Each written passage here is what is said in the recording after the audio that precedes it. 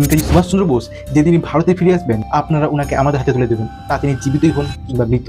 ভারতের স্বাধীনতার আগে ব্রিটেন এবং ভারতের মধ্যে যে ট্রিটিগুলি স্বাক্ষরিত হচ্ছিল তার মধ্যে এটিও ছিল অন্যতম। তার কারণ ছিল যাতে তারা সুভাষচন্দ্রের দেহকে প্রিজার্ভ করে মিউজিয়ামে রাখতে পারে এবং ব্রিটেনের ভবিষ্যৎ প্রজন্মকে দেখাতে পারে ইংরেজরাই ছিল বিশ্বের সবচেয়ে শ্রেষ্ঠ জাত এবং তাদের বিরুদ্ধে রুখে দাঁড়ানোর পরিণাম কি। নেতাজি ছিলেন বাঙালি ব্রাহ্মণ পরিবারের সন্তান, তাই তার মৃত্যুর পর আত্মার শান্তির জন্য শেষকৃত্য ছিল খুবই জরুরি। কিন্তু অন্যদিকে তার এই দেহকে প্রিজার্ভ করে মিউজিয়ামে রাখার পরিকল্পনা করা হয়। আর নেতাজি এই টিটি সম্পর্কে জ্ঞাত ছিলেন। তিনি জানতেন তিনি যদি দেশে ফিরে আসেন তাকে সারেন্ডার করতে হতে পারে। কিন্তু রহস্যজনক ঘটনা হলো চিঠিতে বলা হয় জীবিত কিংবা মৃত অবস্থায় পাওয়া গেলে, কিন্তু বিষয় হলো তার দেহই আজ অব্দি পাওয়া যায়নি। ব্রিটিশরা জানতেন সুভাষচন্দ্র একমাত্র ব্যক্তি যাকে তারা কোনোদিনই হারাতে পারবেন না, কিন্তু নেতাজি এমন একজন ব্যক্তি ছিলেন যিনি নিজের প্রাণ পর্যন্ত বিসর্জন দিতে প্রস্তুত ছিলেন, কিন্তু সারেন্ডার কখনোই নয়। ঠিক এই কারণেই নেতাজি নামের সামনে আমাদের সকলের মাথা নত হয়।